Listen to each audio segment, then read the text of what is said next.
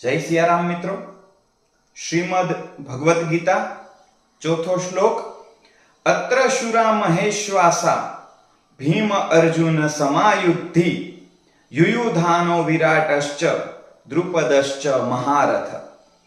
मित्रों, श्रीमद् भगवद गीताना चौथा, पांचमा અને છઠ્ઠા શ્લોકમાં પાંડવ સેનાના પ્રમુખ મહારથીઓ કે જે મહાન યોદ્ધાઓ કહી શકાય, મહાન લડવૈયાઓ કહી શકાય, એવા મહારથીઓનું છે એ નામ છે અને એમનું વર્ણન છે. એટલે દુર્યોધને પહેલા જ કહ્યું કે ગુરુદેવ, સામે હાથમાં ધનુષબાણ લઈ અને શૂરવીરતાથી ઉભેલા એવા ભીમ, અર્જુન, યુયુત્સુ, વિરાટ અને દ્રુપદને જુઓ.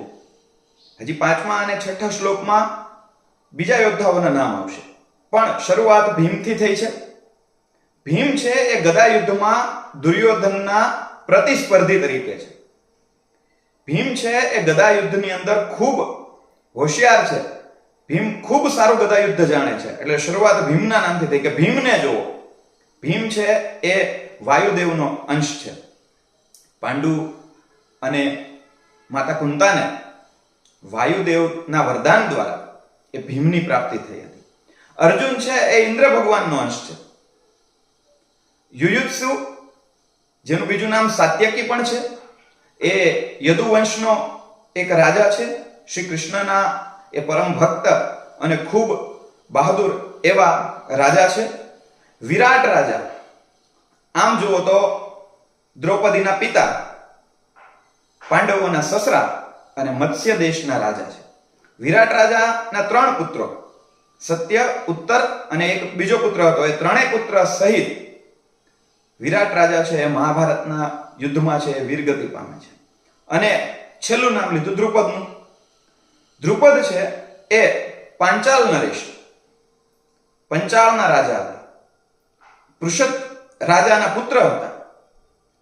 પૃષત રાજા અને ભારદ્વાજ મુનિ બંને મિત્રો હતા.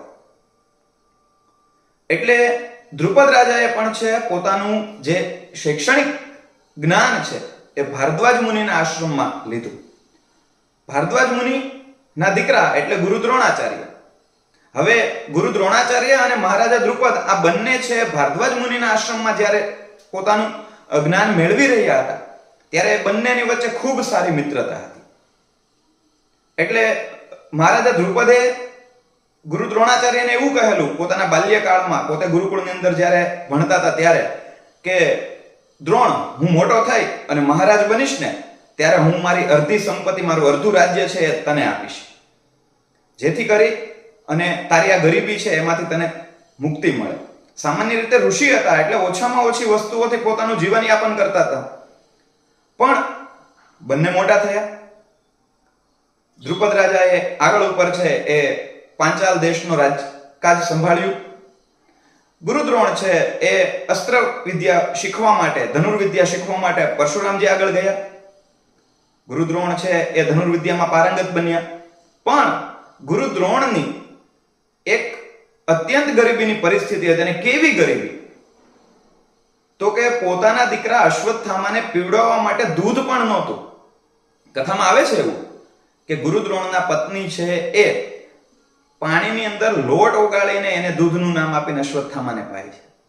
એટલે એક દિવસ ગુરુ દ્રોણને વિચાર આવે કે ભાઈ, મારો મિત્ર દ્રુપદ અત્યારે તો એ મહારાજા છે, તો હું એની પાસે જઈ અને કંઈક મદદ માંગુ તો મારી આ ગરીબીમાંથી મને છુટકારો મળે. પોતાની પત્નીએ એમને કહ્યું કે તમારા મહારાજાને વાત તો કરો, તમે નાનપણમાં હતા ત્યારે એમને કોલ આપેલો કે હું તમને અડધું રાજ્ય આપીશ. અડધું રાજ્ય ના આપે તો કંઈ નહીં, પણ આપણને થોડી ઘણી પણ આર્થિક મદદ મળે તો આપણે આપણા દીકરાનું ભરણ પોષણ, એનું લાલન પાલન બહુ સારી રીતે કરી શકીએ. એટલે એવી આશા સાથે ગુરુ દ્રોણ છે એ દ્રુપદને મળવા આવે છે. પણ સત્તાના નશામાં કે ભાગ્ય ભાન ભૂલાવે મહારાજા દ્રુપદે ગુરુ દ્રોણનું અપમાન કર્યું. મહારાજા દ્રુપદે ગુરુ દ્રોણને એવું કહ્યું કે ભાઈ, એ તો બાલ્યકાળમાં થયેલી વાત હતી.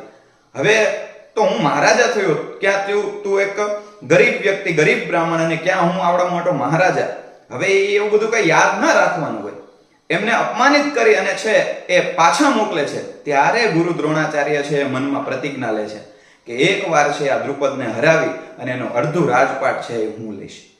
અને મનમાં આવા વેરની ભાવના સાથે ગુરુ દ્રોણાચાર્ય છે એ પોતાની ધનુર્વિદ્યાથી પિતામહ ભીષ્મને પ્રભાવિત કરે અને પિતામહ ભીષ્મ એમની ધનુર્વિદ્યાથી પ્રભાવિત થાય એટલે પોતાના પૌત્રો માટે, પાંડવો અને કૌરવો માટે એમને અસ્ત્રવિદ્યા શસ્ત્રવિદ્યાનું જ્ઞાન આપવા માટે એ ગુરુ દ્રોણ પાસે મોકલે છે. એમને તો કે એમને એમના ગુરુકુળની અંદર ભણવા માટે મોકલે છે.